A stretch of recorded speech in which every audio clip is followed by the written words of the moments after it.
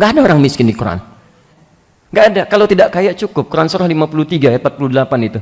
Wa annahu huwa aghna wa aqna. Dialah Allah yang menjadikan seseorang kalau tidak kaya cukup. La yaskhah qaumin qaum, jangan saling cela. La yagtab ba'dukum ba'dha, jangan bergosip. Taqwa, tingkatkan takwa. Orang dulu banyak yang kaya, bahagia juga. Banyak yang tinggi kedudukan, bahagia juga. Bahkan yang nggak sampai pada derajat kaya pun, apa lawan kaya? Oh, kalau tidak tahu katakan, baik. Lawan kaya bukan miskin, cukup. Nggak ada orang miskin di Quran. Maksudnya yang disebutkan miskin nggak ada itu maksudnya diciptakan untuk miskin itu nggak ada. Nggak ada. Kalau tidak kaya cukup. Quran surah 53 ayat 48 itu. Wa annahu huwa aghna wa aqna. Dialah Allah yang menjadikan seseorang kalau tidak kaya cukup. Jadi apa lawan kaya? Cukup. Yang bikin miskin itu adalah nafsu seseorang yang selalu ingin lebih dan merasa kurang dalam apa yang telah Allah titipkan kepadanya. Jadi kalau terus merasa kurang, itu yang miskin. Orang yang banyak hartanya pun karena terasa kurang, orang miskin sebetulnya. Makanya supaya tidak miskin, diberikan bagi dia zakat. Konsep zakat itu untuk mengentaskan kemiskinan, bukan untuk nyuapi orang mendapatkan bagiannya. Ya, makanya diberikan kepada orang miskin supaya keluar dari kemiskinannya. Quran surah 9 ayat ke-60. Innamas sadaqatu lil fuqara wal masakin. Silahkan cek Mu'adz bin Jabal.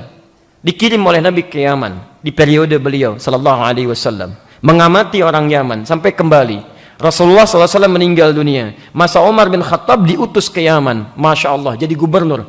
Antum tahu apa yang terjadi? 3 tahun hilang kemiskinan di Yaman. Cuma 3 tahun menggunakan potensi zakat itu. 3 tahun Pak. Tahun pertama 1/3 zakat dikembalikan ke Madinah, ke Baitul Mal. Umar marah di situ. Kenapa dikembalikan? Apa nggak ada orang miskin di Yaman? Kata Mu'adz bin Jabal, sudah 1/3 orang Yaman nggak miskin lagi. Tahun kedua 2/3 dikembalikan. Masya Allah. Kata Umar, kenapa ini nambah lagi? Kata Mu'adz, 2/3 orang Yaman sudah nggak miskin. Tahun ketiga semua zakat mal yang ada di Yaman itu dikembalikan, diarahkan ke pusat, ke Madinah untuk disebarkan ke kota lain. Kata Umar, kenapa semuanya? Udah nggak ada yang miskin di Yaman. Kata Mu'adz, sudah nggak ada yang miskin di Yaman. 3 tahun tuh jadi gubernur di Yaman. Luas Yaman nggak sama dengan Jakarta, jauh luasnya. Negara kan sekarang tuh Yaman Utara, Yaman Selatan, 3 tahun tuh ya. Coba kalau dikeluarkan konsep itu diterapkan dalam kehidupan itu, Masya Allah, ada rahasia di situ.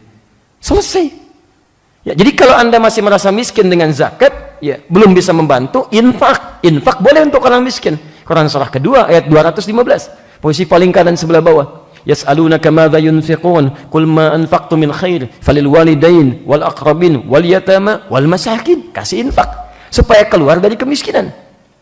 Dengan infak masih belum cukup, sedekah supaya keluar.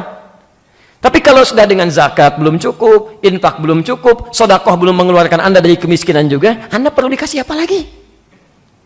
Mungkin bukan Andanya yang nggak bisa keluar dari kemiskinan, nafsunya yang susah dikendalikan. Itu persoalannya.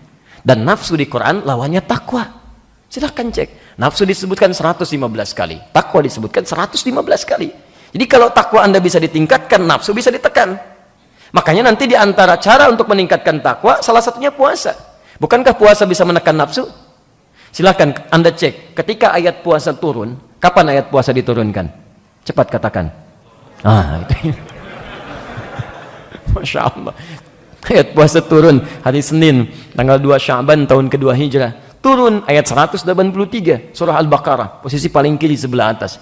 Lihat ujungnya. Ya ayyuhalladzina amanu kutiba alaikumus syiyam kama kutiba alal ladzina min qablikum la'allakum tattaqun. Takwa tuh. Ya, jadi poinnya itu. Jadi kalau kita bisa beriman kepada Allah, tingkatkan takwa, masa kebaikan-kebaikan didapatkan. Hidup mudah, rezeki juga cukup baik, kan?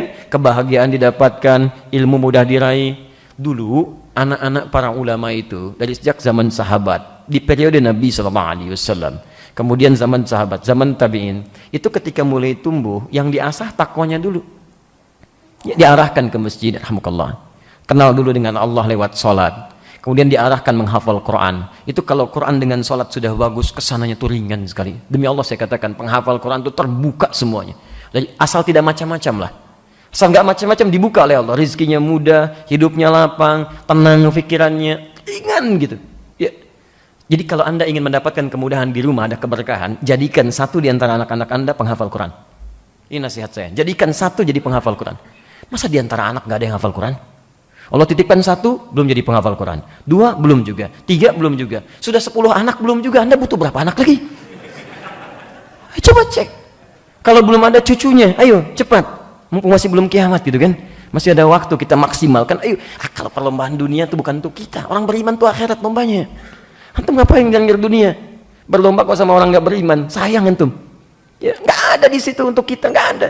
Kalau cuma masalah jadi juara matematika, bahasa Inggris, yang lain sudah jagoan, ada yang juara olimpiade macam-macam. Tapi itu kan nggak ada nanti saat dihisab. Di alam kubur aja nggak ditanya. Assalamualaikum, hei juara olimpiade, nggak ada. Nisan aja nggak ditulisin. Apa yang antum banggakan? Penghafal Quran jasadnya dijaga, Qurannya disyafaat, di atas dikasih mahkota, ibu bapaknya dipanggil, diberikan mahkota lagi. Coba bayangkan, saat bapak dan ibu anak-anak Anda yang lain diberikan mahkota di tangan anaknya, lalu Anda sedang apa pada saat itu? Mumpung masih ada waktu. Kalau waktunya sudah habis, susah kita mendapatkan kesempatan itu. Tidak sedikit yang mengatakan Al-Quran ingin kembali untuk memperbaiki diri. Quran surah 63 itu.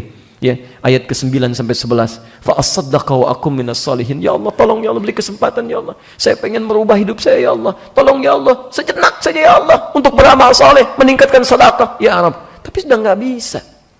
Wala yu'akhirallahu nafsan idza jaa ajaluha. Enggak bisa, kalau sudah tiba ya tiba, selesai kata Allah. Ini ada orang-orang sudah enggak punya kesempatan minta kembali. Anda dikasih kesempatan enggak dimanfaatkan.